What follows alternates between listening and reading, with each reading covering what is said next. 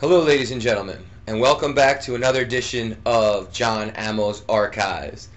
Today, as we steadfast approach the NFL regular season, I thought it was a good time to address the NFC East state of events, how things are shaping up, and then we also have to touch base on the New York Mets as they rapidly approach first place in the NL East. And I'd also like to further talk about the Brett Favre debacle, you can now call it, because it is an all-out debacle, amongst other things. So kick back, stick around, let's talk some sports. Let's go into the NFC East right now and the state of events. So I am liking Philadelphia right now. I think our whole entire season, obviously, is going to live and die again with Donovan McNabb. That being said, there hasn't been one season where McNabb hasn't come in 100% healthy and taken his team to the playoffs. So if Donovan McNabb can stay healthy, I believe the Philadelphia Eagles can reclaim the NFC East. That's a big if. I'm a realist out there, so I'm not drinking any Kool-Aid. It all lives and dies with Donovan McNabb. Let's face it. And once again, the Philadelphia Eagle fans and franchise and faithful will have to literally study every second of this guy's next year and wince as he takes hit after hit and rolls out of the pocket and gets sacked. We're just going to have to bear it, grit it out and bear it. But I think he could do it. That being said, moving on, I was watching a couple Cowboy videos out there, and people are saying, well, why is everybody picking on the Cowboy fans and blah, blah, blah, blah. And the answer to that is simple, why everybody kind of gangs up and picks on the Dallas Cowboy fans. And it's pretty much because the Dallas Cowboy fans are the stupidest fans that are out there. They have no sense. They talk a lot of shit. They're kind of irritating. And what I mean by this, for example, is, they're not humble at all. In other words, we got 13 Pro Bowlers, we went 13-3, but yeah, we got eliminated from the first round of the playoffs again.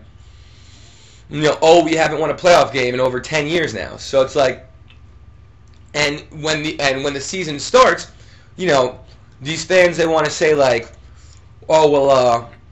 the Dallas Cowboys are going to win the Super Bowl. They don't even go to the division title. They just skip right to the Super Bowl. Forget about the division title. That's already a lock. Where the Dallas Cowboys are going to win the Super Bowl, right? And now they're a little bit more humble because they realize, they're starting to wake up a little bit, a couple of them, but the vast majority of them still talk about the Super Bowl. The Super Bowl, the Super Bowl, the Super Bowl. It's like, guys, win a playoff game first. Staying on the subject of the Dallas Cowboys, as much as the Philadelphia Eagles are betting their whole franchise on Donovan McNabb, the Dallas Cowboys are equally betting their whole franchise on Tony Romo. Fact of the matter is, Tony Romo doesn't show up so far in big games. He doesn't show up in playoff games. He melts down in playoff games. And when he plays another challenging team, he doesn't show up. So, as much as our franchise rests on McNabb, your franchise equally rests on Tony Romo. That being said, I'm not going to go out here and strictly hate on the Dallas Cowboys. Their fans are annoying, but I'm not going to hate on the Dallas Cowboys. Let's face it, 13 Pro Bowlers is 13 Pro Bowlers. That being said, I think they sent 13 Pro Bowlers in a very, very weak NFC last year. And I don't really think they had 13 Pro Bowlers, but they have a lot of good players. You can't take anything away from them. They could be looking at anywhere between, depending on Tony Romo, a 6 all the way up to another 12 or 13 win season. They very well could win the division. I think it's going to be, to be honest with you, I think the NFC East is going to send 3 playoff teams this year. And you can't forget about, obviously, the defending Super Bowl champions, the New York Giants. And as far as they go, I say part ways with Jeremy Shockey. I'm surprised they haven't already. Big props to them for giving Plaxico his money. He definitely deserved his money. I'm surprised it took as long as it did. I think it's going to be a very, very competitive NFC East this year, I'm thinking that if McNabb holds up, I'm picking the Birds. If McNabb goes down, I will pick the Cowboys. I can't deny their talent. But that being said, I'm still not sold on Tony Romo. So if Tony Romo comes out and just starts crumbling in big games again, then I'm very, very quickly switching my pick to the Giants if McNabb were to go down. But sticking on the 5 minutes already. Deshaun Jackson is going to be dynamic. We all know this. Hopefully that's going to be a big addition to the core. Our offensive line looks like, I think, one of the best in football. Hope those young linebackers, Bradley, Gokong, Geither, they can all step up. And our backfield is probably the best backfield in football. So on really quickly to the New York Mets, I want to say big props. We're a half a game out of first place right now. I knew we were going to make a run by the playoff break. I said before, it all lives and dies with Pedro Martinez. If this guy can show up and go back to his Cy Young award-winning form, we have one of the best pitching rotations in baseball.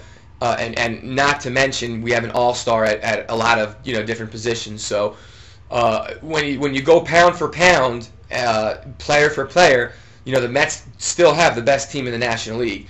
So they just need all the components to come together at one.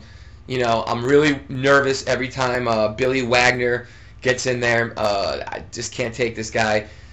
I just think in the big game situation, you can't really depend on Wagner. That's my personal take on it. But I'll root for him because I have to because he's on my team. But, that being said, Reyes, Wright, Delgado, Church, all these guys need to start hitting at the same time instead of going through spurts. And that's what's been going on the first half of the season. First Reyes is hot, then Wright is hot, then Reyes is hot again, then Delgado gets hot. If all these guys can come together at one, we should be okay. Okay, moving along, 7-minute mark. Sorry to keep it so short on the Mets. I will give you guys a full video on them coming up in the future. But Brett Favre, man, now the situation is all out debacle. I mean, see, and everybody out there defending Brett Favre, you guys have to realize this. Nobody were to care if Brett Favre would play football this year. Everybody appreciates, the competitive side of Brett Favre. The thing that you people are clueless about, who is saying that Brett Favre should be welcomed back with open arms, is the fact that he retired. The franchise was forced to move along without Brett Favre. He made them do that. If he were to just say 4 years ago that I'm going to play until 2009. 4 years ago, the Packers wouldn't have had to waste a first-round pick on Aaron Rodgers. And Aaron Rodgers could have went somewhere else. I mean, Brett Favre has literally destroyed the first half of Aaron Rodgers' career. And he's trying to do it even further. And now he's talking to the Minnesota Vikings and the Tampa Bay Buccaneers. And the Vikings have just filed tampering charges. I mean, this guy is just an egotistical, he's out of control. He's an asshole. And Greta Van, whatever her name is, asked him a question on Fox. If you came back, would you welcome the backup spot? And he said, no. Why should I? The simple answer, Brett, is because you retired. You forced the Green Bay Packers to move on. They didn't want to move on. You made them move on. They didn't want to pick Aaron Rodgers 4 years ago. You made them pick Aaron Rodgers 4 years ago. So get over yourself, man. You really, really need to get over yourself. Just retire or come back. Stop bashing your team. Stop bashing the franchise. Oh, I tried to make a serious pitch for Randy Moss 2 years ago. Well, what does that mean? That your current wide receivers in Green Bay can't get it done? I mean, now you're throwing your team and the wide receivers and everybody else under the bus, man. So this is, one more thing. You're a bandwagon hopping fan if you like any combination of these three teams. The New York Yankees, the Dallas Cowboys, and the Los Angeles Lakers. I don't understand how you could like any of these three teams and call yourself a real sports fan. All right, this is John Hamill from the Archives. I might be moving back to Jersey. I'm going to keep you guys updated about that. Got to run. The clock is ticking. I'm out.